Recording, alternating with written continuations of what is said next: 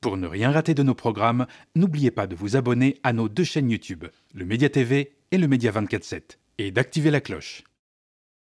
Salut à toutes et à tous, vous regardez L'œil de Moumou, votre émission hebdomadaire avec Mourad Guichard qui ausculte chaque semaine nos grands médias et vous en livre les dérives, les dérapages et quelques rares accomplissements. Cette émission n'existe que grâce à votre soutien et le média a plus que jamais besoin de vous. Nous souhaitons apporter un autre son de cloche au discours médiatique et politique d'extrême droite. Le média lance donc Riposte, une campagne citoyenne cruciale pour bâtir une chaîne d'information indépendante et populaire. Sur les réseaux sociaux et la TNT francilienne, nous voulons porter les voix inaudibles, celles qui dérangent, celles qu'on ne veut pas entendre ailleurs. Rejoignez-nous et soutenez la Riposte sur le site internet campagne.lemediatv.fr. C'est parti pour l'œil de Momo.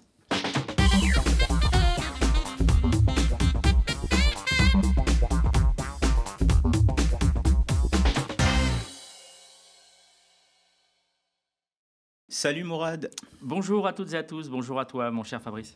Alors comme habituellement, on démarre dans quelques instants avec les tops et les flops, mais avant tout, le grand préambule, l'habituel préambule. Absolument. Alors, donc je rappelle que le préambule, c'est soit je fais un petit mea culpa parce que voilà, il y a eu une imprécision et que ça a été corrigé par nos chers internautes, je les remercie infiniment d'ailleurs sur ces précisions, soit c'est quelque chose d'inclassable. Et là, c'est vraiment inclassable parce que on pourrait penser qu'on s'acharne notamment sur les Truchot & Co là, des grandes gueules d'RMC, de toutes tous les raslards de Barbara Lefebvre et compagnie. Alors, non seulement ils produisent, pardon de le dire comme ça, ils produisent de la merde, c'est des petits bourgeois ultra réac, mais en plus, ils racontent n'importe quoi. Alors là, ils vont encore pleurnicher sur le retard des transports. Alors, ils prennent l'avion pour aller à Nice. Oh là là, les pauvres, ils ont 1 heure de retard. C'est insupportable. Vraiment des préoccupations de privilégiés en plus. Complètement. Et ils vont expliquer qu'ils ne sont pas privilégiés. Parce qu'en fait, il va réaliser, au fur et à mesure de son développement, que je ne vais pas vous faire subir, mais il va réaliser qu'il est en train de raconter quelque chose, effectivement, tu as entièrement raison, de privilégié.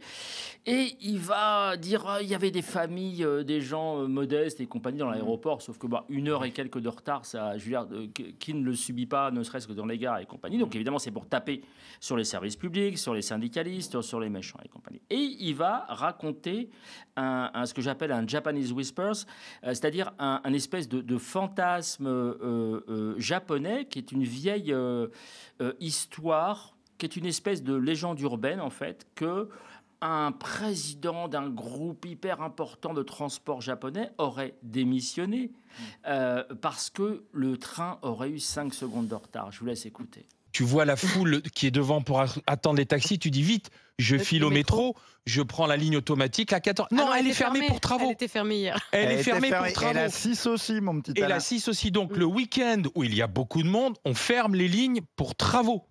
Donc, est-ce qu'à un moment dans ce putain de pays, le Japon, où on démissionne quand le train a 5 secondes de retard, le président en prison avec de la compagnie ferroviaire japonaise démissionne. Tu sais Au Japon, il y a 99,9% d'exactitude des trains qui traversent Bravo, le pays. Le Japon. Eh oui. Donc, est-ce que dans ce Japon. putain de pays, un jour, on pourra avoir des avions à l'heure, Et des aiguilleurs qui du partent à ciel l'heure. qui travaillent, un métro qui ne soit pas fermé pour travaux le dimanche? Est-ce que ça, Pas avec c'est les possible 35 heures. dans ce qui est normalement la 5e puissance du monde? Alors évidemment, je me suis posé la question, j'ai fait des recherches. Il n'y a jamais eu, évidemment, il y a eu des enquêtes, il y a eu des sanctions contre des conducteurs qui ont eu des retards au Japon et ainsi de suite. Mais il n'y a jamais eu de démission.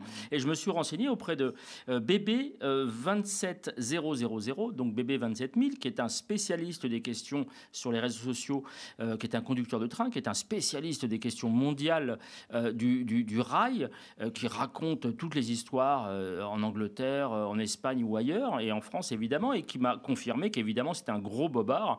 Donc non seulement ils sont légèrement cons, mais en plus, ils prennent leurs téléspectateurs réellement pour des cons parce qu'ils racontent des bobards. Donc, ils ne sont même pas populistes simplement, pas ultra réac simplement.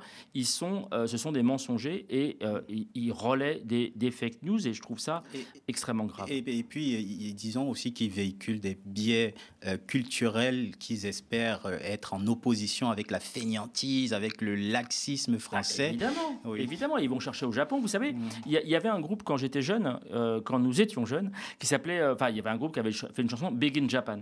Big in Japan, ça veut dire, en fait, je suis un chanteur, je suis pas ici, je suis pas très connu en France, mais je suis hyper connu au Japon. Big in Japan. Ce qui voulait dire qu'en fait, en gros, on peut pas vérifier qu'il est connu ou pas connu au Japon. Il n'y avait pas Internet à l'époque. Et donc, c'était Big in Japan, c'était ce côté, ok, ça marche pas bien ici, mais ça marche bien ailleurs. Et là, c'est exactement la même chose, c'est-à-dire que ça marche pas bien en France, mais Big in Japan. Donc, ils recyclent, mais ils en savent rien, les pauvres. Ils recyclent un concept des années 80 qui ne devrait pas avoir lieu. Et vraiment, je leur demande, mon cher Truchot et mon cher Marshall, je vous demande d'apporter la preuve formelle, absolue, irréfutable, qu'un président de compagnie de transport ferroviaire japonais a démissionné à cause de 5 secondes de retard d'un train.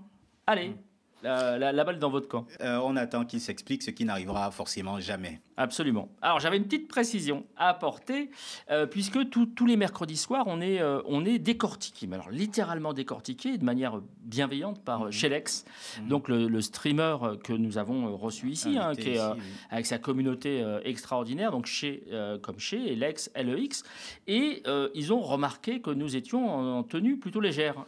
Donc, je tiens à préciser, même si nous sommes descendus dans les locaux, dans le sous-sol du média, il fait quand même très chaud et c'est vrai qu'on est en chemisette et qu'on n'a pas le costard cravate à 3 pièces, voilà, comme à la Sarkozy. Et c'est tant mieux, je pense, je trouve ça. Donc voilà, donc je les salue, je les embrasse, je les remercie et je vous invite vraiment à aller voir le mercredi soir, à vous connecter à partir de, je crois que c'est 18h, chez Lex, sur son stream pour suivre en direct les commentaires et puis participer aux commentaires qui sont toujours très enrichissants. Et je vous remercie toutes et tous, ceux qui y participent et celles qui y participent, à ce stream extrêmement, je trouve, intéressant et divertissant. Allez, on passe à nos tops et nos flops.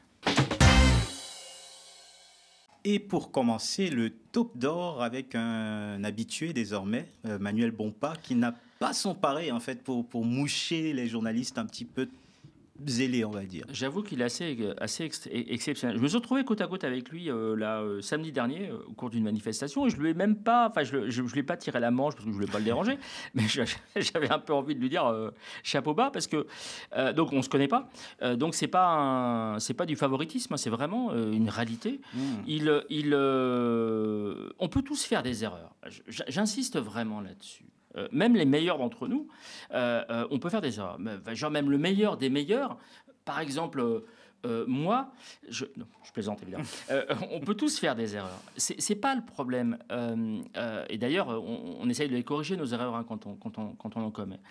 Simplement, là, c'est pas ce que va révéler et relever Manuel Bompard. Il va être face à Bruno Jeudi, donc qui est maintenant patron de la Provence, je crois, qui a été embauché par Saadé à Marseille. Mais qui a son rang de serviette sur tous les grands plateaux évidemment. De télé. Il va toucher le fond parce qu'il ne va pas commettre une erreur, il va se planter sur absolument tout concernant ce qu'on appelle ou ce qu'on a appelé la flottille, donc le fameux bateau qui a emmené Greta Thunberg et Rima Hassan. Il va se planter sur absolument tout. Et Manuel Bompard va avoir un réflexe absolument que je qualifie absolument de journalistique, que n'ont pas d'ailleurs nombre de journalistes. Lui va percuter et va corriger. Je vous laisse écouter. Je vous ai parlé de gens qui sont détenus de manière illégale. Ils sont détenus de manière illégale. Peut-être que pour vous, ça n'a pas d'importance qu'un de vos collègues journalistes soit détenu depuis 7 jours de manière illégale dans une prison israélienne sans que vous ayez même un mot pour demander sa libération. Non, mais il y a d'autres moyens de dénoncer le blocus humanitaire que de vouloir aller faire une embarcation avec une embarcation. Et donc ça justifie une arrestation illégale de rentrer dans des eaux territoriales de manière illégale. Parce que Qui est rentré dans des eaux territoriales de manière illégale? Ils étaient prévenus qu'il fallait pas rentrer. Non, mais attendez. Enfin, ça, c'est très grave ce que vous êtes en train de dire. Cette arrestation, vous pouvez le vérifier vous-même, elle a eu lieu dans les eaux internationales, monsieur Jeudi. Donc, vous êtes en train de dire que c'est ces gens-là qui ont violé la loi. J'ai pas dit qu'ils n'avaient pas été arrêtés. J'ai dit qu'ils s'apprêtaient à rentrer. Qu'ils s'apprêtaient à rentrer. À rentrer où, monsieur? Ils voulaient aller jusqu'à Gaza. Et depuis quand les eaux au large de Gaza sont des eaux israéliennes, monsieur Jeudi? Non, mais d'accord. Mais où était la violation? Mais vous êtes conscient qu'ils prenaient ce risque-là. Ils étaient. Il y avait une forme de. Évidemment. Manuel Bompard. Et donc ça justifie une arrestation illégale. En tous les cas, ils ont cherché. En tous les cas, ils ont. Non, mais Manuel vous ne pouvez pas dire des choses le comme ministre ça, des Affaires monsieur étrangères. Et il y a un mot de compassion. Je remarque que vous n'êtes même pas capable d'avoir un mot de compassion pour votre collègue. Je trouve ça extrêmement choquant. En tous les cas, ceux qui ont parlé. Bon, on voit quand même qu'il y a une forme de corporatisme à géométrie variable. Bruno Jeudi se montre souvent solidaire des journalistes qui, comme lui, on sont dans une caste, un cercle particulier. Et voilà qu'un journaliste sur la flottille devient pour lui un militant.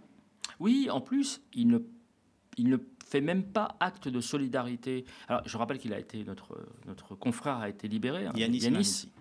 Depuis, mais il fait même pas acte. Il n'a pas un mot, effectivement, comme dit Manuel Bompard. Mais je veux dire, en plus, il va sortir des conneries innommables sur le droit international, notamment sur les eaux internationales. Enfin, je veux dire, il parle de pénétration dans les eaux et qu'en gros, parce qu'Israël menace contre le droit international d'attaquer cette fameuse flottille, c'est en fait Rima Hassan et Greta Thunberg et tous les gens qui étaient avec eux qui les ont provoqués en connaissance de cause. Mais en connaissance de cause de quoi? Israël viole le droit international et ce seraient eux les coupables de respecter justement le droit international en rentrant dans des eaux internationales qui sont justement ouvertes à tout le monde. C'est absolument scandaleux. Alors c'est pas la première fois, je termine là-dessus, mais c'est pas la première fois que Bruno Jeudi se livre à ce genre d'exercice. Je ne comprends pas, mais vraiment je vous le dis en toute sincérité, je ne comprends pas qu'on donne encore du crédit à ces crétins de salons des ors de la République qui ne connaissent rien, mais même pas au droit, au simple droit international, qui n'y connaissent rien, mais qui vont donner absolument leur avis avec un côté un peu hautain comme ça, ces gros sourcils baissés, pour donner l'impression qu'ils vont piéger quelqu'un qui, lui, Manuel Bompard en l'occurrence, connaît parfaitement son dossier. Allez, on passe à présent à une intervention médiatique, une intervention qui doit faire mal à l'extrême droite. Alors c'est un super top, j'aurais peut-être dû le mettre en top d'or d'ailleurs. C'est Jean-David Zeytoun. Alors, il est exceptionnel. Il vient de sortir un bouquin. C'est quelqu'un qui travaille sur notamment les questions de criminalité, qui travaille avec des bases INSEE. On ne peut pas faire mieux. Et il va, alors que notre cher ami Sébastien Chenu, je cherchais son nom, Sébastien Chenu, donc député Rassemblement national du Nord, Chenu va expliquer, évidemment, comme il explique tout le temps, que l'immigration, c'est l'insécurité, c'est les meurtres et compagnie. Et là, il va tomber, Chenu, alors regardez bien son visage, il va tomber sur un rabat-joie de compétition inégalable, qui va lui expliquer que, non, en fait, qui commet les crimes contre les Français? Je vous laisse écouter son explication. Par ailleurs, en France, la majorité des homicides, qui sont à peu près autour de 1000 par an actuellement, sont commis par des Français contre des Français. Et quand on regarde l'histoire de France, les homicides ont baissé depuis la fin du Moyen-Âge, à peu près, de ce qu'on peut à peu près compter. Et ils ont même baissé depuis les années 90. Ils ont été divisés par 2 ou 2,5 selon les années. Et les homicides en France ont baissé quand l'immigration a augmenté. Pourtant, souvent, les leaders du Rassemblement national font un lien entre la violence et l'immigration ou le taux d'étrangers. Et donc, je me demande pourquoi la proposition politique est systématiquement biaisée envers une cause qui est fausse. Alors, évidemment, il va répondre que non, qu'il a des chiffres chenus du ministère de l'Intérieur et compagnie, sauf qu'il va revenir à la charge. Jean-David Zeytoun, il va revenir à la charge en expliquant que non, en fait, concrètement, les crimes, effectivement, et c'est documenté, les crimes sont commis majoritairement par des Français et que si, comme le dit Zemmour et comme le dit Chenu et Le Pen et compagnie, s'il y a plus de gens d'origine présumée étrangères en prison, c'est parce qu'il y a beaucoup plus. Cette population souffre d'une incarcération préventive supérieure à des Sarkozy, par exemple. Et donc, oui, forcément, on arrive à des statistiques complètement bidons, mais sauf que oui, les crimes contre les Français sont commis majoritairement contre des Français. Allez, on passe au flop. Alors, premier flop, Moumou, on n'arrivera donc jamais à se débarrasser, à échapper au Sarkozy. Quand l'un passe entre les gouttes des condamnations, tu l'esquissais déjà un petit peu. Ouais.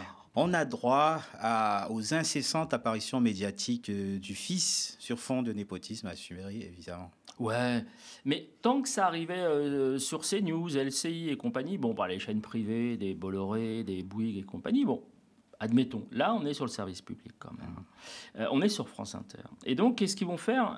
Ils vont essayer de disséquer, parce que c'est des journalistes assez précis sur France Inter, notamment dans les matinales. Ils vont essayer de comprendre, parce que Nicolas Sarkozy s'est fait retirer donc, sa Légion d'honneur, mais c'est la règle, c'est comme ça. Quand on est condamné, on a, notamment en appel, donc ça veut dire de manière ferme, on ne peut plus porter la Légion d'honneur. Et donc, ils vont chercher France Inter, donc toute la bande, Salamé, de Morand et compagnie. Ils vont chercher qui inviter de sérieux pour parler de ça. Ils vont inviter qui ? Louis Sarkozy. Et ils vont vachement objectif. Ah oui, tu m'étonnes, Simone. Et ils vont lui dérouler le tapis rouge. Sauf qu'il va raconter tout et n'importe quoi. Je vous laisse écouter, on en parle juste après. Nicolas Sarkozy, mon père, prend acte de cette décision et je vous dirigerai vers les déclarations de son avocat, mais je dirais simplement ceci, que le président Jacques Chirac lui remet la Légion d'honneur suite à sa participation à la prise d'otage de HB à Neuilly en 1993. Human Bomb. Et à tous ces détracteurs et à tous ces critiques, aujourd'hui, je leur souhaite un centième, si ce n'est un millième de son courage dans cet acte. Mais ça veut dire que vous la contestez, cette décision, qu'il pourrait la contester, qu'il pourrait demander par exemple la clémence auprès de... Mon père la conteste juridiquement, puisqu'il y a aujourd'hui une procédure en cours à la Cour européenne des droits de l'homme, et que le souhait de Nicolas Sarkozy, c'est que la vérité triomphe, et il est confiant qu'un jour, effectivement, elle triomphera. Donc la Cour européenne des droits de l'homme va se déclarer sur cette condamnation, et si sa déclaration s'ajoute à une condamnation de la France, bien sûr, la Légion d'honneur lui sera restituée. Qu'est-ce qui est le plus dur ? Ce sera ma dernière question sur ça. Après, on va parler de votre livre. Mais qu'est-ce qui est le plus dur, cette sanction supplémentaire ou de voir le nom de votre père associé à celui du maréchal Pétain, puisque c'est le seul président, pour l'instant, auquel on lui avait retiré Il n'y a aucune difficulté, chère madame, à être le fils de mon père. Aucune. Il n'y a que fierté et honneur, aujourd'hui comme tous les jours. Il ne dit pas que la Légion d'honneur a été remise pour les infirmières bulgares, récupérées par Moment, ni par le fait que son popo, à Neuilly, en 1993, je crois, a sauvé des gamins d'un mec qui les prenait en otage, Human Bomb, on l'appelait à l'époque, qui menaçait de tout faire péter. C'est pas ça du tout. Il fait un amalgame pourri. Donc c'est en 93 que se passe effectivement ce truc assez courageux de la part de Sarkozy, qui était maire de Neuilly à l'époque, qui n'était pas du tout ministre ni président. Et donc, il va récupérer des gamins, il va négocier avec le preneur d'otages, et puis il reçoit la Légion d'honneur en 2005, donc on est très loin de cet acte de bravoure, je le dis, il n'y a pas de problème. Et puis, il va faire le lien avec donc, les fameuses infirmières bulgares, sauf que les infirmières bulgares, c'est après la Légion d'honneur. C'est une fois que Sarkozy est président, et ça a été, donc 2007, son élection, et ça a été démonté par plusieurs confrères et consorts, à savoir que c'était complètement négocié avec Kadhafi, que c'est pas du tout un truc héroïque de la part de Cécilia Sarkozy. Donc tout est bidon, tout est machin, et sauf que rien n'est démenti sur le plateau, et je le redis toujours, parce que c'est très important, que Louis Sarkozy raconte des conneries. C'est son profil, je veux dire, c'est son projet de carrière. Il n'y a pas de problème, comme c'est d'ailleurs ses demi-frères. Voilà. Mais c'est qu'il ne soit pas contredit sur le plateau. C'est ça qui me pose vraiment question. Alors, je vais faire une petite parenthèse parce que je pense qu'il y a peut-être une circonstance atténuante. Je vous laisse regarder ce que sa mère, donc c'est Cécilia Attias, ex-Sarkozy. Je vais vous montrer ce qu'elle, à propos de la fameuse, décidément cette flottille, ce bateau pour Gaza a vraiment fait couler de l'encre à un point qui m'a surpris, hein, vraiment, de haine. Voilà ce qu'elle va faire. Elle va poster ce montage complètement débile où il est bien écrit, vous lisez bien, Titanic sa mère, Cécilia Sarkozy, qui poste ça. On est dirigé, influencé par des gens qui sont capables de faire ça. Et donc, ouais, j'ai envie de dire que c'est une circonstance atténuante pour Louis Sarkozy d'avoir un père multicondamné, repris de justice, un voyou, un voleur, et d'avoir une mère aussi con qui, en plus, parle de lutte contre le sexisme, contre le... Vous voyez, je veux dire, c'est incroyable de sortir ça. Il y a 2 femmes et elle écrit, elle reproduit Titanic, ta mère. Pourquoi ta mère et pas ton père? Je veux dire, c'est d'un sexisme, d'une violence consommée. Donc j'ai envie de dire que mon petit Louis, je ne t'en veux pas plus que ça parce que finalement t'as pas eu des parents et t'as pas eu une vie forcément très facile. Allez, ça ne volera pas plus haut des nouvelles de l'humoriste la moins drôle de France. Ah, Sofia Boko Haram. Alors elle poursuit sa descente aux enfers, enfin au fond du bunker, parce qu'ils sont en train de se bunkériser complètement. Alors il y a un côté positif quand même. J'aurais presque pu la mettre dans les tops, puisque dans sa haine raciste et sa haine donc anti-arabe, sa haine anti-palestinien et anti-gauche évidemment, puisqu'elle a jamais été de gauche d'ailleurs, je pense. Hein. Elle va rendre un bel hommage à notre ami Guillaume Meurice. Et vous allez voir, donc Guillaume Meurice, qui est passé maintenant sur Radio Nova, elle va rendre hommage à Radio Nova et à Guillaume Meurice parce qu'on va sentir la haine de savoir qu'ils ont rebondi et qu'ils font un vrai succès d'audience, hein, nos amis. D'ailleurs, qu'on saluera prochainement, parce que je vais les voir. Vous allez voir comment elle va s'agacer et elle va devenir... Elle n'a plus rien d'humoristique, on l'a déjà dit ici, mais là, ça se confirme absolument. Je vous laisse regarder et écouter. On est pacifique, on démocrate. Allahu Akbar, Allahu Akbar. Nous, on est pacifiques, ils ont des matraques, Allahu Akbar, Allahu Akbar. Et non, vous n'êtes pas sur Radio Nova. Nous sommes en Égypte où 3 teubés, 2 Marie Coquillette et un Jean Barnabé de la Marche pour Gaza tentent d'amadouer des Égyptiens en jetant du Allahu Akbar, tel un Christophe Colomb essayant d'apprivoiser l'autochtone en lui donnant du Aloha, brave indigène. Peu sensible aux théories décoloniales de nos révolutionnaires, tout droit sortis du master antispécisme intersectionnel et études de genre, voilà que le bon sauvage de leurs rêves les accueille à coups de matraque avant de leur arracher leur passeport. Allez, on passe au prochain flop. Et c'est France Info. Ah oui, qui se fait piéger par... Oui. Qui? France Info. Alors, c'est extraordinaire. Parce que les journalistes, en fait, vont inviter un espèce de faussaire qui va raconter n'importe quoi et ils vont eux-mêmes dire mais oh là là, alors c'est Bronstein qui va dire oh mais ceux qui vous écoutent ils vont vous prendre pour un drôle de zozo. Bah évidemment qu'on va le prendre pour un drôle de zozo puisque c'est un drôle de zozo. Je vous laisse écouter et il y a quand même une bonne nouvelle, on va multiplier par 10 notre espérance de vie. Écoutez ce spécialiste de France Info. Un enfant qui naîtrait aujourd'hui, ou qui serait un enfant qui naîtrait aujourd'hui, il va vivre combien de temps, en moyenne? J'ai la conviction que parmi les enfants qui naissent aujourd'hui, il y en a qui vivront 1000 ans. C'est ma conviction, c'est ma conviction personnelle. Je ne vous dis pas que j'ai raison, mais c'est ma conviction. Quelqu'un qui naît aujourd'hui, il n'aura que 75 ans. Vous vous rendez compte que écoutez. Les gens qui vont se dire, c'est qui ce rigolo? Écoutez une seconde. Regardez la vitesse à laquelle la science évolue. Un enfant qui naît aujourd'hui n'aura que 75 ans en 2100. Est-ce que vous imaginez la technologie en l'an 2100 ? Non. Avec une intelligence artificielle qui galope. Oui, je pense que l'espérance de vie va beaucoup augmenter. J'en ai la conviction, comme beaucoup de gens dans la Silicon Valley. Ces technologies, elles seront pour tout le monde ou juste pour une poignée de milliardaires? Bien sûr qu'elles seront pour tout le monde. Le coût de l'intelligence est en train de tomber à zéro. D'ailleurs, c'est un problème pour nous, les humains. Vous voyez, hier, ChatGPT a divisé par 5 son coût. Par million de tokens de mots produits, enfin 0,7 mots. Le coût de ChatGPT sur 18 mois, il a été divisé par 1000. Donc l'intelligence va devenir gratuite. Donc comme l'intelligence va être gratuite, l'intelligence artificielle va devenir gratuite et va être accessible à tout le monde. Si on vit tous 1000 ans. Ouais. Comment on fera sur la planète? Parce que je ne vois pas. Je vous rappelle qu'on ne fait plus de bébés et que la pollution est en train de s'effondrer. On va avoir des gros problèmes de logement, hein. Déjà, ça va pas fort. Vous n'avez pas regardé les dernières statistiques de nombre d'enfants par femme. En Corée, par exemple, on est à 0,6 enfants par femme. Ça veut dire qu'à chaque génération, la population est divisée par 3. Donc, d'augmenter l'espérance de vie, si on ne fait plus de bébés, ça n'aura pas... Il n'y aura plus de bébés, il n'y aura plus de jeunes, il n'y aura que des vieux de 1000 ans qui... Mais des vieux de 1000 ans avec un cerveau de 30 ans. Comme dans Astérix, ça se raconte leur vie. Des vieux de 1000 ans, tu te rappelles, il y a 800 ans. Des vieux de 1000 ans avec des cerveaux de 30 ans.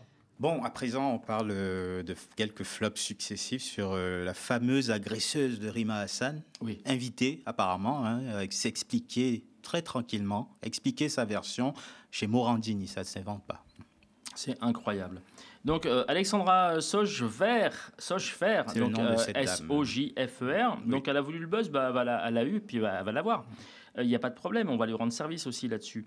Donc, elle est invitée chez Morandini après un fait d'armes glorieux que je vous laisse regarder. En détail, ce qui s'est passé dans l'avion? Oui, tout à fait. Elle était tout au fond, Rima Hassan, elle était tout au fond avec ce fameux médecin humanitaire.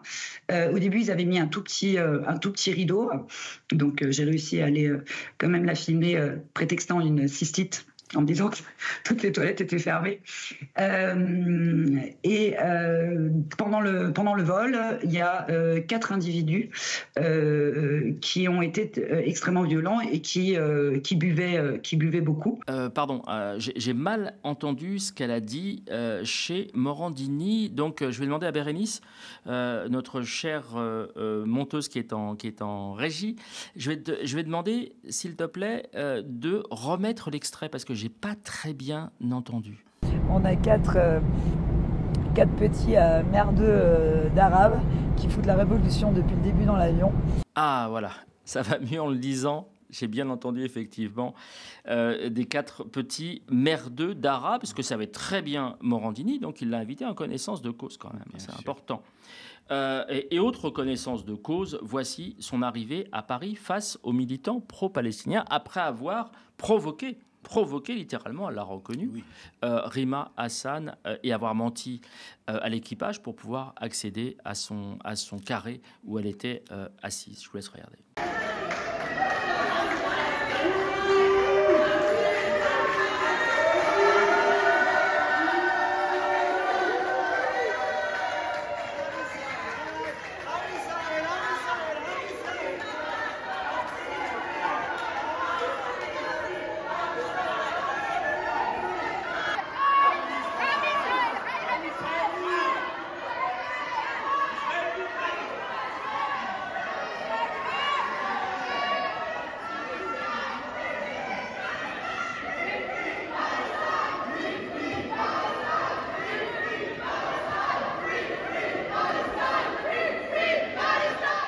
Dernière chose, avant-dernière chose, elle vient chouinasser, elle a fait une vidéo que je ne vous montrerai pas, elle a fait une vidéo pour dire « Oh là là, je ne pensais pas que ça allait faire autant de... » Oui, c'est elle la victime, la pauvre chérie. Et voilà, elle parle d'amour et de paix, que nous, on élève nos enfants dans la paix, gna gna gna. Et regardez, écoutez surtout ce qu'elle pense de l'amour et la paix, et la manière dont elle soutient de manière implicite, j'ai envie de dire explicite, mais enfin, on va dire implicite, l'extermination du peuple palestinien, hommes, femmes et enfants compris. Je n'ai zéro compassion pour les Palestiniens, que ce soit les hommes, les femmes ou les enfants. Pourquoi? Vous armez vos enfants à 3, 4, 5 ans et les lobotomisez pour que ce soit les futurs terroristes de demain. Nous protégeons nos enfants et nous éduquons nos enfants dans l'amour. Nous n'armons pas nos enfants. Donc vos enfants sont un danger pour nos enfants et nos petits-enfants. Ça, c'est pour les Palestiniens ou les pro-Palesto. Et puis, elle a des accointances qui montrent bien la nature de ses idées. Hein. Ah oui, bien sûr.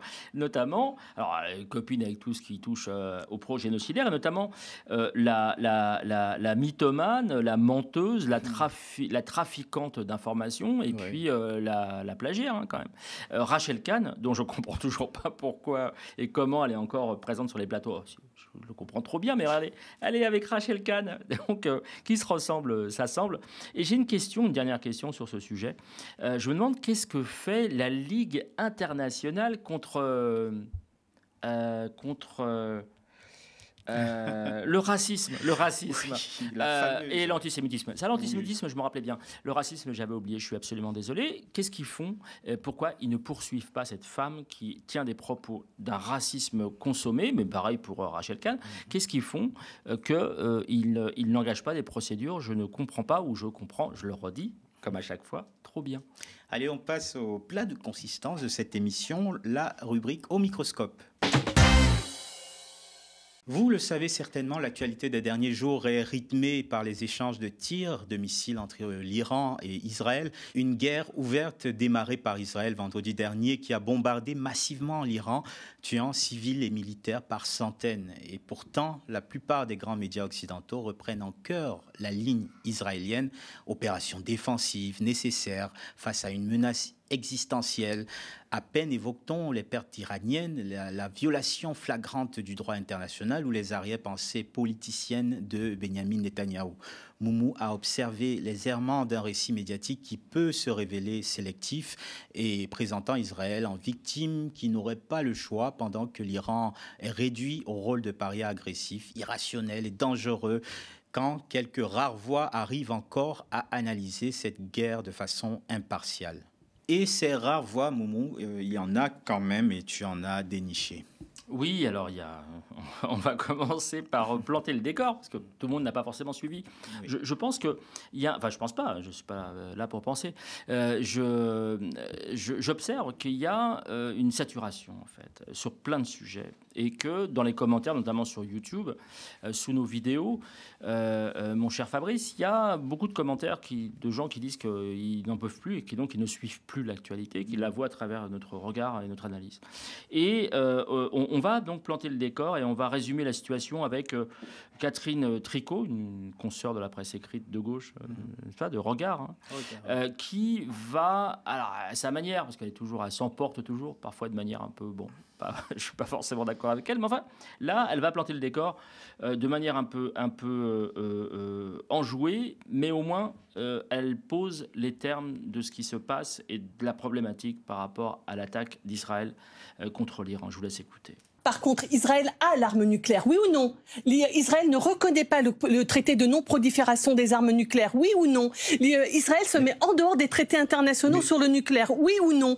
Alors pourquoi est-ce qu'on ne dit rien à Israël concernant l'arme nucléaire qu'il détient, alors qu'en dehors de toute accord international, je n'accepte pas l'idée qu'aujourd'hui on déclare que Israël a le droit de se défendre alors que c'est Israël qui attaque, c'est Israël qui a l'arme nucléaire et c'est Israël qui se comporte de façon guerrière avec tous ses voisins. Enfin, Israël attaque le Liban, Israël attaque la Syrie, Israël est en train de commettre un génocide à Gaza. C'est aussi Israël qui a été attaqué le 7 octobre. D'accord, on ne peut pas écrire toute l'histoire à partir du 7 octobre. Alors évidemment, il n'y a pas que ce discours-là, il y a notre cher BHL, oui, notre toutologue suprême. Mais c'est incroyable, je sais pas, peut-être que on va attendre l'autopsie pour essayer de comprendre pourquoi BHL, à ce point-là, pénètre l'ensemble des sphères médiatiques. Et est légitime aux yeux de ceux qui l'invitent pour parler de tous ces sujets. Ouais, vraiment, je ne comprends pas.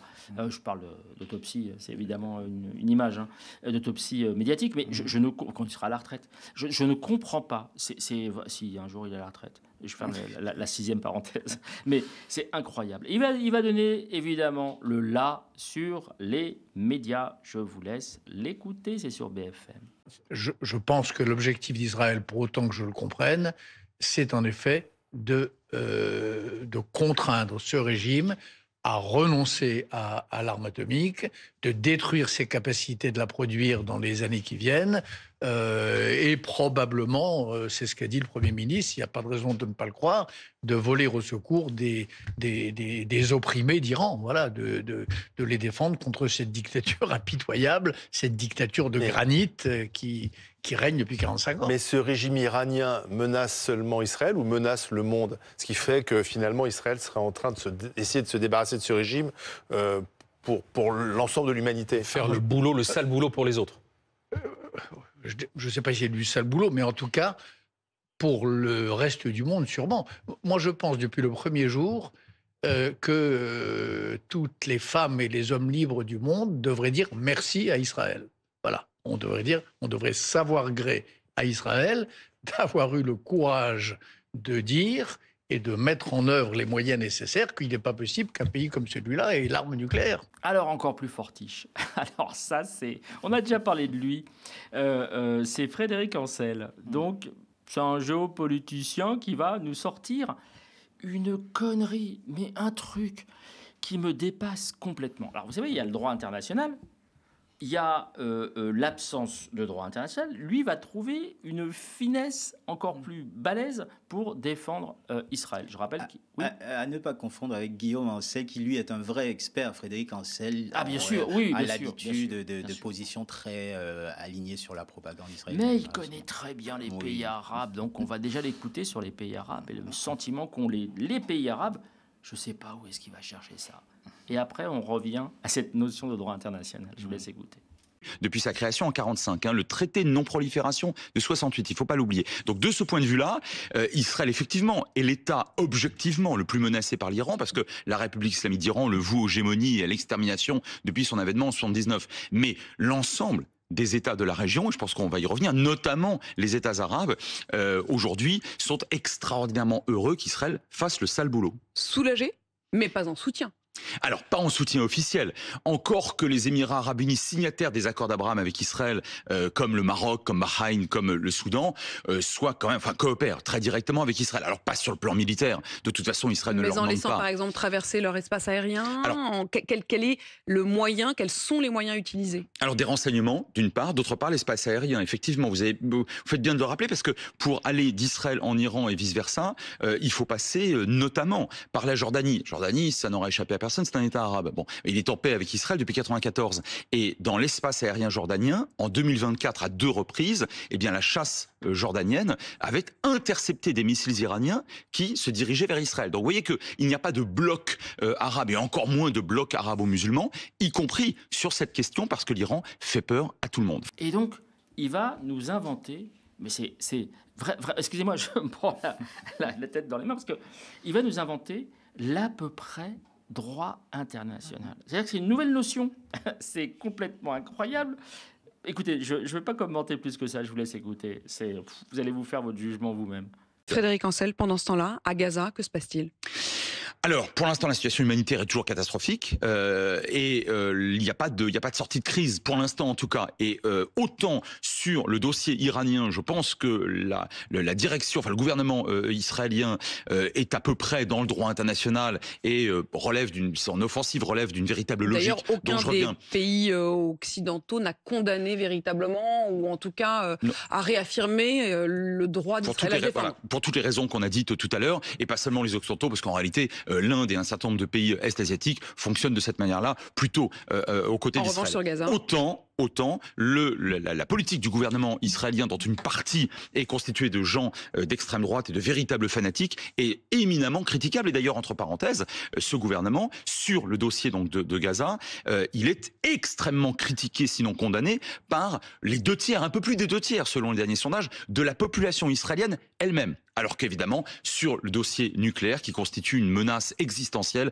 il n'y a pas de débat en Israël. Et dire que nous, sur le média, on invite des Bélir Nabli, des Pascal Boniface, et pourquoi pas des Mohamed Hadjab, mais par défaut. Parce qu'on n'a pas des Patrick Bruel ou des Ancel. Je veux dire, c'est à désespérer, quoi. Il faut qu'on revoie complètement le planning pour essayer de trouver des gens aussi brillants que lui, que Frédéric Ancel. Non, mais sérieusement, c'est pas possible, quoi. Je veux dire, il y a des vrais géopoliticiens, il y a des gens qui connaissent parfaitement le terrain, ou au moins l'histoire de la région, et c'est ces gens-là qu'on va inviter pour raconter ça, pour raconter qu'il y a un à peu près respect du droit international. merde, quoi. On est dans une guerre, dans un conflit où il y a des centaines, des milliers de morts, enfin, au moins en Iran et en Israël, les centaines de morts, mais des centaines de milliers de morts dans la région. Et c'est ce mec-là qui vient raconter des conneries avec l'oreille bienveillante d'Apolline de Malherbe, qui est la copine de tous ces gens qui grappillent autour du printemps républicain, de Valls, de compagnie, par copinage, par capillarité. Mais stop, quoi, stop, ça devient insupportable. Et puis cette façon de prendre le téléspectateur pour un ignare, d'avoir des personnes aussi illégitimes, c'est ce qui renforce le gouffre entre les journalistes et les personnes qui les regardent. Et tout est dans le bandeau en plus. On les qualifie de politologues, de géopolitiques. Enfin, ils sont personne, ils sont rien. Ansel n'est rien à part un ancien militant du Bétar, donc le groupe armé, le groupe violent qui sera aujourd'hui proche du Likoud, donc de l'extrême droite israélienne. Il n'est rien du tout. Et il vient la ramener. Et il s'est fait moucher. On avait montré ici par Schneiderman, parce qu'il qualifiait Schneiderman de juif et que Schneiderman lui avait dit mais comment vous savez que je suis juif ou pas juif? Et là, il avait été mouché. Donc c'est un... Voilà, je termine là-dessus, parce que sinon je vais m'agacer. Donc je ferme la 14e parenthèse. Et donc, dans ce concert, on va avoir droit, donc ce concert suite à l'attaque israélienne contre l'Iran, on va avoir droit à, comme d'hab, mais comme après le 7 octobre. Après le 7 octobre, si vous vous rappelez, il y avait le fait de dire les valeureux Français franco-israéliens aux yeux bleus, blonds, évidemment, qui partent valeureusement, mais un peu comme les brigades internationales, combattre le mal en Israël, qui en fait vont participer au génocide. Là, on va avoir la même chose, on va avoir l'émotion, uniquement l'émotion, ce qu'on n'a jamais eu avec Gaza, jamais. Vous allez avoir l'émotion d'habitants qui vont dire ah là là, on a mal dormi cette nuit parce ça faisait boum boum boum. Oh, mais prends-toi, demande des comptes à Netanyahou. Enfin, je veux dire, il y a un moment donné, faut pas déconner. Vous avez attaqué l'Iran et l'Iran riposte. Bah oui, enfin, il y a un moment donné, l'escalade, ça s'appelle comme ça. Hein. Et les Gazaouis, du fond de leur ruine, qui voient ça, doivent se dire. Mais eux, ils dorment même pas parce qu'ils ont plus de toit. Enfin, je veux dire, c'est complètement délirant. Et donc, j'en veux pas à la propagande israélienne, j'en veux juste aux médias français. Et BFM donc va laisser passer l'émotion d'habitants plutôt qu'une analyse géopolitique un peu sérieuse pour expliquer.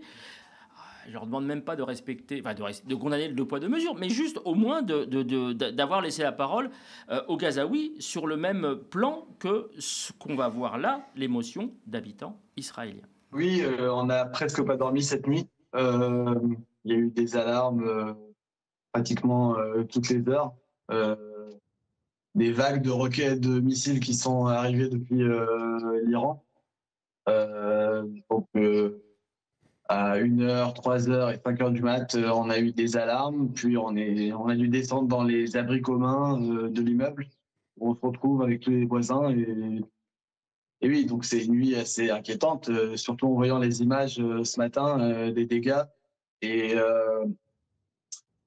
en plus, c'est une triste journée parce qu'on voit qu'on a quand même 2 morts, 2 Israéliens civils qui ont essayé de s'abriter, n'ont pas eu le temps et sont morts à cause des missiles iraniens. Alors je précise évidemment que ce que vivent actuellement, et je le répète, c'est le délire, la folie de Netanyahou, la folie guerrière de Netanyahou qui cause ce traumatisme dans cette région. On en est à 5 pays attaqués par Israël de manière préventive.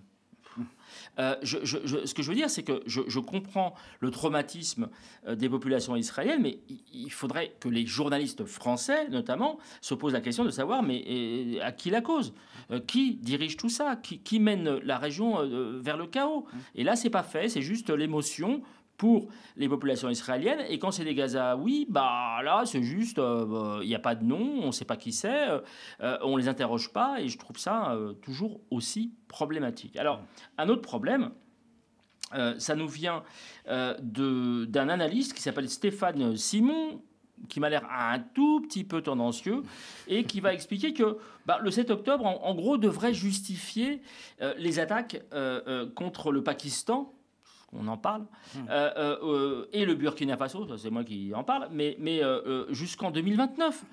Je veux dire, c'est complètement fou. C'est-à-dire que le 7 octobre est devenu un espèce de maître étalon qui justifierait toutes les attaques contre tous les pays du Golfe, voire même au-delà. Tous pays musulmans, oui, en fait. Absolument, absolument. Je vous laisse écouter.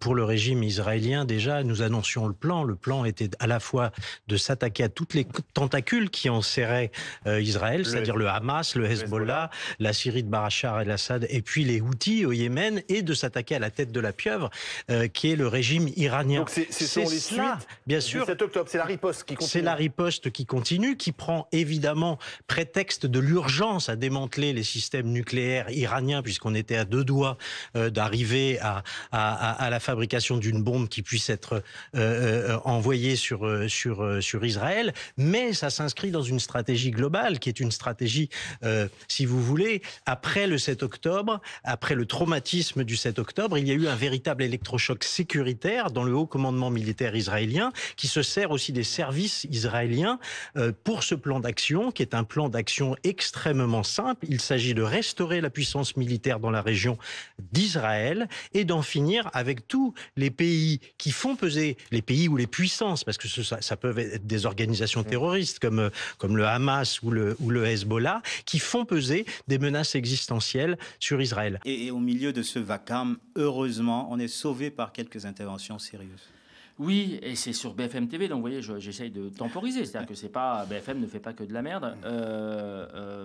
C'est des esprits, oui, qui viennent expliquer de manière un peu plus sérieuse que on est en train, ce qu'on a déjà dit ici à plusieurs reprises, et pas seulement dans cette chronique, qu'on est en train de fabriquer les futurs terroristes par ce côté effectivement de poids de mesure et ce côté impunité. Je vous laisse écouter cet intervenant. Quand un pays est attaqué, il se défend et j'allais dire il a le droit de se défendre.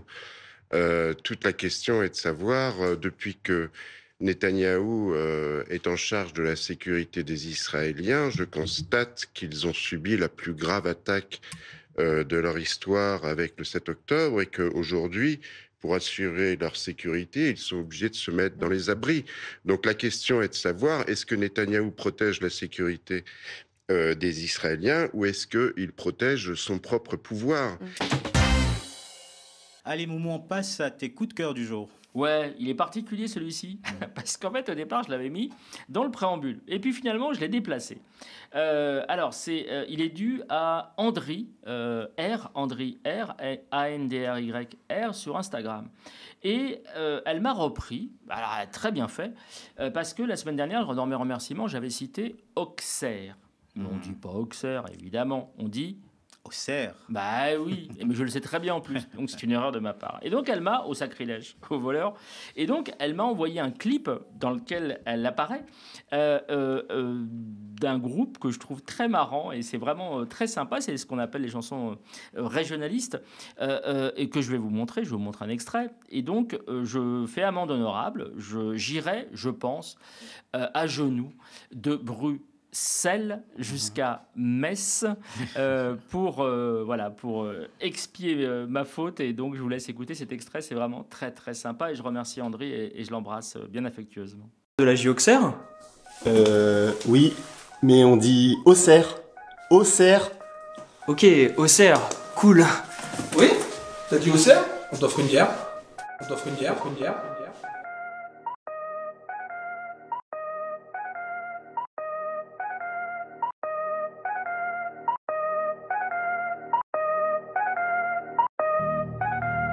Auxerre, ouais, Auxerre, ouais. Le XLS, si tu dis Auxerre, on te monte en l'air. Si tu dis Auxerre, on t'offre une bière. T'as des rousselles à la cathédrale, Saint-Etienne, faut que tu comprennes que t'es dans le quartier historique. T'es pas chez Disney, y a pas de fake, y a que de l'authentique, des gens vrais, et le reste on s'en balèque. Le XLS, si tu dis Auxerre, on te monte en l'air. Si tu dis Auxerre, on t'offre une bière. On n'est pas méchant, mais si tu touches à la baie des Champs, on peut péter les dents. On est plutôt gentil, mais si tu mets de l'eau dans ton chablis, tu peux finir groggy, gay. Le XLS, si tu dis Auxerre, on te monte en l'air. Si tu dis Auxerre, Auxerre, on t'offre une bière.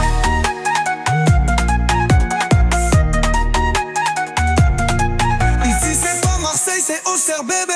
Pas de bouillabaisse ou de pastis, mais des gougères et du chablis, ça glisse tout seul. On a moins de somme, mais on n'a pas de somme. Même si on est 35 000, on est plus chaud et chaleureux que 100 000 Marseillais. On n'est pas dans Game of Thrones, mais on sera quand même sur le trône. Fiers de notre club, de notre terroir, de notre ville. Les trophées, les grands crus, on les empile. Et pour terminer cette émission, tes remerciements du jour. Eh oui, toujours les remerciements. Alors là, il y en aura quelques-uns parce que en plus, il y a eu le Moumou Tour. Alors, parmi mes remerciements, il va y avoir cette semaine Naïma d'Argenteuil, Marina de Montreuil, Adeline de Paris 20e, Déa, Steve, Elvire, Jamel, Denise, Lorraine, Théo, Stéphanie de Gennevilliers, Abdelali de Lyon, Sogia et Étienne de Paris 18e, Salah de Mantes-la-Jolie, Romain de Saint-Étienne et Neuilly-sur-Seine, Landry de Paris 18e, Mourad de Choisy-le-Roi, hein, ils sont bien ces Mourad. Mourad de Montreuil, décidément ils sont partout. C'est une colonie de Mourad. Oui, non, oui, je sais pas, je les attire. Il y a Patrick et Pierre-Yves de Champigny-Anan qui m'ont offert une superbe casquette Guadeloupe-Palestine. Donc de solidarité entre la Guadeloupe et la Palestine, il faudrait que je ramène d'ailleurs la semaine prochaine. Pardon. Il y a Damien de Paris 19e, Ilyes de Paris 13e, Marisa de Limoges, qu'elle prenne soin d'elle, Jean-Marie et Margot d'Anières, Jamel de Joinville, Claire Delila, Paula de Bordeaux, Myriam de Gagny, Florent de Saint-Denis, MRC du 20e, Marcel Le et Éric de Maison-Alfort et Elisa que j'embrasse, la petite Elisa que j'embrasse, qui est je pense l'une de nos plus jeunes téléspectatrices, que j'embrasse affectueusement, Kamel et Philippe de Montreuil et des Lilas ainsi, et j'en termine par Rachid du Blanc-Ménil. Merci à vous d'avoir regardé cette émission. N'hésitez pas à nous dire ce que vous en avez pensé en commentaire sur YouTube ou via l'adresse mail contact@lemediatv.fr. Si vous le pouvez, soutenez-nous, soutenez notre riposte contre l'extrême droite en allant sur le site internet campagne.lemediatv.fr. Bonne suite des programmes sur le média.